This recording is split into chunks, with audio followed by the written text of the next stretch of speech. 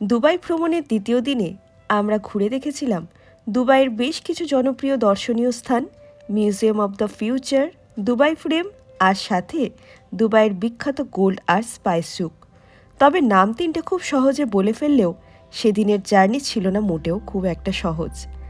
ঘন্টার পর ঘন্টা লাইনে দাঁড়ানো আর মাইলের পর মাইল হাঁটা, এই কষ্টটুকু সহ্য করে ফেলতে পারলে সারাদিনের অভিজ্ঞতা ছিল সত্যিই মনে রাখার মতো। আর সেই সমস্ত অভিজ্ঞতায় শেয়ার করব আজ দুবাই সিরিজের এই তৃতীয় পর্বে। শুভ সকাল সকলকে। আজকে 22শে অক্টোবর মঙ্গলবার, আর দুবাইয়ে আমাদের আজকে সেকেন্ড ডে। স্থানীয় সময় এখানে প্রায় 10টা মতো বাজে, আর আমরা সবাই মোটামুটি সকাল সকাল তৈরি হয়ে নিয়েছি। আজকে আমাদের ফুল ডে অ্যাক্টিভিটি রয়েছে। তো প্রথমে আমরা এখান থেকে আজকে বেরিয়ে কোথাও ব্রেকফাস্ট করে যাব এখানকার যে নিয়ার বাই মেট্রো স্টেশনটা গতকাল দেখিয়েছিলাম তোমাদের, ইন্স্যুরেন্স মার্কেট, সেখান থেকে মেট্রো ধরে যাব আজকে প্রথমে সায়েন্স মিউজিয়াম, যেটা এখানকার মাস্ট ভিজিট প্লেসের মধ্যে কিন্তু অন্যতম। বুর্জ খালিফা যেমন এখানকার একটা ফেমাস জায়গা, সেরকম সায়েন্স মিউজিয়ামটাও। তো সেখানে যাওয়ার আছে, তারপরে আরও 2-3টে জায়গায় যাওয়ার আছে। তো দেখা যাক কতটা কি কভার করা যায়, সমস্ত কিছুই শেয়ার করব তোমাদের সাথে। আর ওয়েদার আজকে দারুণ সুন্দর, রোদ ঝলমলে, একদম পরিষ্কার আকাশ, আর গরম কিন্তু খুব একটা এখানে নেই। শুরুতে মেট্রো করে যাওয়ার পরিকল্পনা থাকলেও শেষ মুহূর্তে মেয়েকে নিয়ে ছোট্ট একটা সমস্যা এসে পড়ায় মেট্রোর প্ল্যান ক্যান্সেল করে হোটেলের সামনে থেকেই একটা ক্যাব নিয়ে আমরা রওনা দিয়েছিলাম মিউজিয়াম অব দ্য ফিউচারের উদ্দেশ্যে। দুবাইয়ের এই সমস্ত দর্শনীয় স্থানের মধ্যে এই ফিউচার মিউজিয়াম ছিল এমন একটি স্থান যার টিকিট পাওয়া নিয়ে সমস্যায় পড়তে হয় বহু মানুষকেই। তাই দুবাই আসার প্রায় 2 মাস আগেই মিউজিয়াম অব দ্য ফিউচারের নিজস্ব ওয়েবসাইট থেকে পার হেড 169 দিরহাম অর্থাৎ ভারতীয় মুদ্রায় প্রায় 4000 টাকার বিনিময়ে আমরা সংগ্রহ করেছিলাম মিউজিয়ামের এন্ট্রি টিকিট, যার লিঙ্ক দিয়ে রাখলাম এই ভিডিও ডেসক্রিপশানে। তবে 4 বছরের নিচে বাচ্চাদের এন্ট্রি ফ্রি থাকার কারণে মেয়ের এন্ট্রি ছিল free of cost.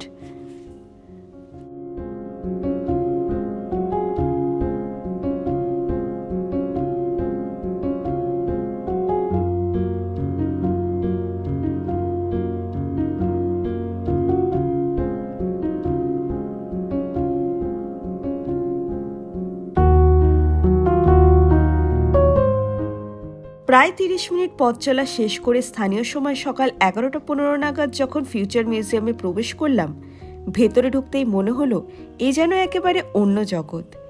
Museum of the future দুবাইয়ের একটি আইকনিক প্লেস, যা বিজ্ঞান, প্রযুক্তি এবং এআই এর সাহায্যে একটা দেশ আজ থেকে প্রায় 40-50 বছর পর কোন জায়গায় পৌঁছাতে পারে সেই সম্ভাবনাগুলোই শোকেস করে প্রতিনিয়ত। 2022 সালের 22শে ফেব্রুয়ারি আনুষ্ঠানিকভাবে ফিউচার মিউজিয়াম উদ্বোধন হওয়ার পর থেকেই এখানকার স্থানীয় এবং ট্যুরিস্টদের কাছে খুবই জনপ্রিয় হয়ে উঠেছিল এই স্থানটি। আর সেই জনপ্রিয়তার জন্যই প্রতিদিন হাজার হাজার মানুষ সকাল 9টা থেকে সন্ধ্যে 6টা পর্যন্ত এই ফিউচারিস্টিক এনভায়রনমেন্টের এক্সপিরিয়েন্স নেওয়ার জন্য ভিড় করে এই মিউজিয়ামে। যে মানুষের ভিড়ে গত 22শে অক্টোবর আমরাও যোগদান করেছিলাম এই অদ্ভুত প্রদর্শনীর সাক্ষী হওয়ার জন্য।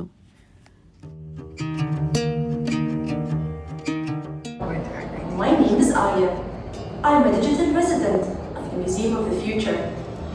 Welcome to my home.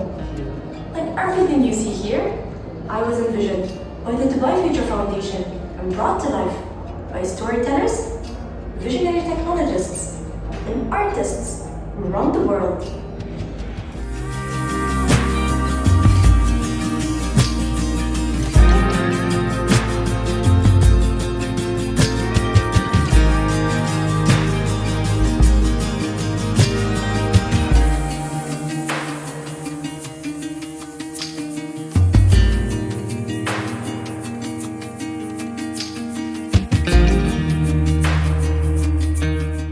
ঘণ্টাখানেক সময় এই মিউজিয়ামে কাটানোর পর যা অভিজ্ঞতা অর্জন করেছিলাম, তা থেকে এইটুকুই মনে হয়েছিল দুবাইয়ে এসে বুর্জ খালিফা ছাড়াও এমন বহু জায়গা আছে যার নাম মাস্ট ভিজিট প্লেসের মধ্যে থাকতে পারে, এবং সেটা শুধুমাত্র বড়দেরই নয়, বাচ্চাদের কাছেও হয়ে উঠতে পারে একটি পছন্দের ডেস্টিনেশন। তবে এই সব কিছুর সাথে উপরি পাওনা ছিল এই মিউজিয়ামের অবজারভেশন ডেক থেকে দুবাই স্কাইলাইন এবং দুবাই শহরের দারুণ সুন্দর একটা প্যানোরামিক ভিউ।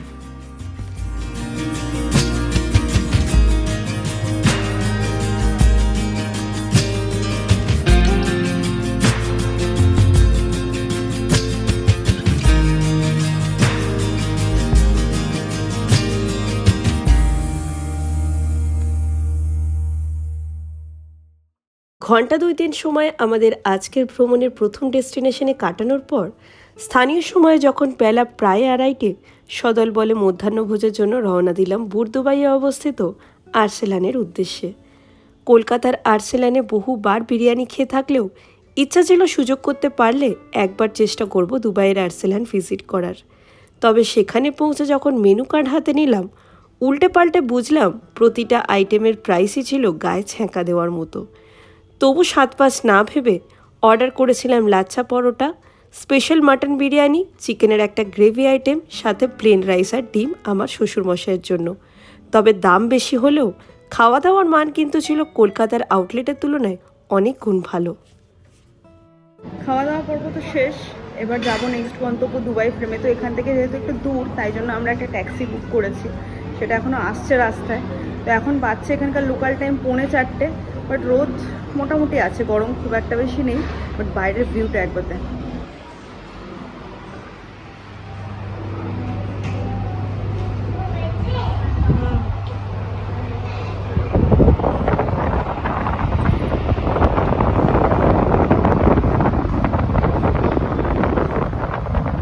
দুবাইয়ের দ্বিতীয় দিনের আইটিনারিতে মিউজিয়াম অব দ্য ফিউচার ছাড়াও ছিল দুবাই ফ্রেম।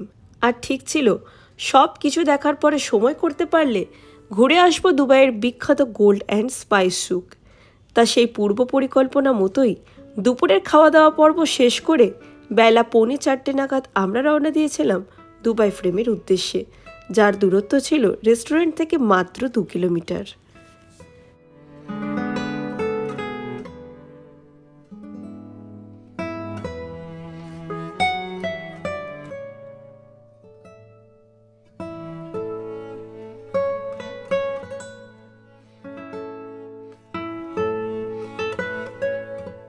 শুরুতেই বলেছিলাম দুবাইয়ের বেশিরভাগ ট্যুরিস্ট অ্যাট্রাকশন পয়েন্টগুলোতেই এন্ট্রি টিকিট বাধ্যতামূলক।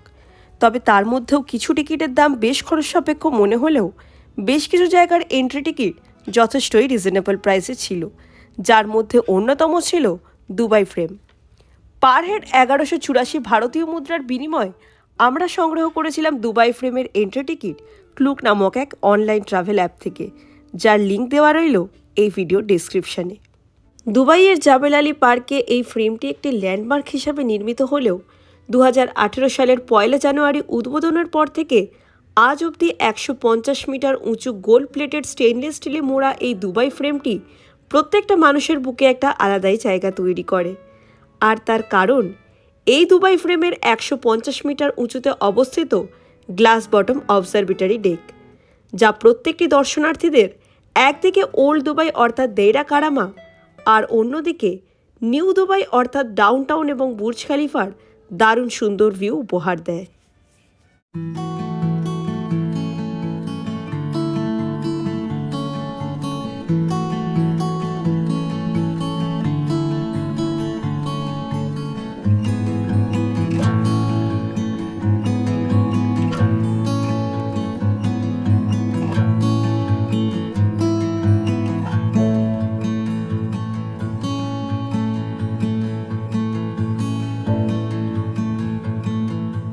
শুরুতেই ঠিক ছিল মিউজিয়াম অব দ্য ফিউচার আর দুবাই ফ্রেম দেখা হয়ে গেলে দিনের শেষে আমরা ঘুরে দেখব দুবাইয়ের বিখ্যাত গোল্ড আর স্পাইস সুক। আর সেই প্ল্যান মাফিক দুবাই ফ্রেম থেকে বেরিয়ে একটা ক্যাব নিয়ে আমরা তড়িঘড়ি রওনা দিয়েছিলাম দুবাই স্পাইস সুকের উদ্দেশ্যে, যার সড়ক পথে দূরত্ব ছিল দুবাই ফ্রেম থেকে প্রায় 8.5 কিলোমিটার। তবে হাতে সময় থাকলে সড়ক পথ ছাড়াও রেড লাইনে মেট্রো ধরে বারজুমান থেকে গ্রিন লাইনে মেট্রো চেঞ্জ করে আলগুবাইবা স্টেশনে নেমে আবরা রাইড অর্থাৎ নৌকা বিহার করেও জলপথে পৌঁছানো যায় স্পাইস সুকে, যে যাত্রাপথের সৌন্দর্য সড়কপথের তুলনায় অনেক গুণ বেশি।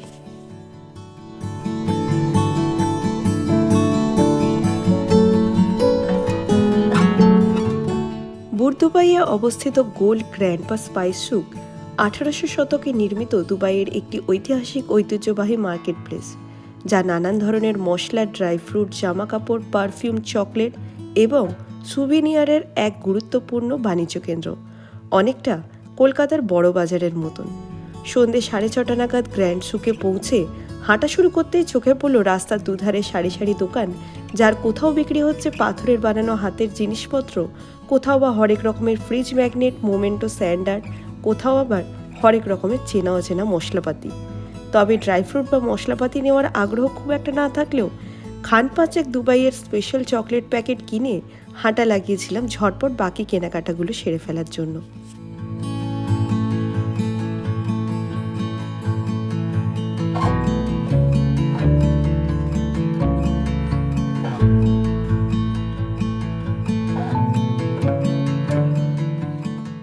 অনেক দরাদরি করে বাড়ির সবার এবং নিজেদের জন্য গুটি কয়েক জিনিসপত্র কেনাকাটা সেরে যখন গোলসুকে এসে পৌঁছালাম, সারাদিনের এত ধকলের পর সবার এনার্জি তখন প্রায় তলানিতে। সোনা কেনার না থাকলেও আসার একটাই উদ্দেশ্য ছিল, ওয়ার্ল্ডস বিগেস্ট এবং হেভিয়েস্ট কোল্ড ড্রিঙ্ক একবার সামনে থেকে দেখে চোখের শান্তি করা, আর সাথে আশেপাশের দোকানগুলোর ডিসপ্লেতে রাখা চোখ ধাঁধানো কিছু গয়নার কালেকশন মনের এবং ফোনের গ্যালারিতে ক্যাপচার করা।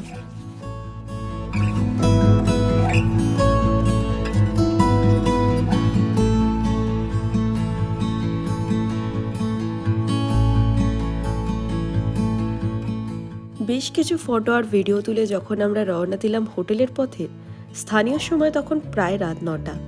সারাদিনের জার্নিতে অনেক ধকল হলেও যে অভিজ্ঞতা অর্জন করেছিলাম তা ছিল মনে রাখার মতো। তবে যাই হোক না কেন, দুবাইয়ে পরবর্তী দিনের অভিজ্ঞতা ছিল কিন্তু আরও চমকপ্রদ, যা থাকবে এই সিরিজের পরবর্তী পর্বে।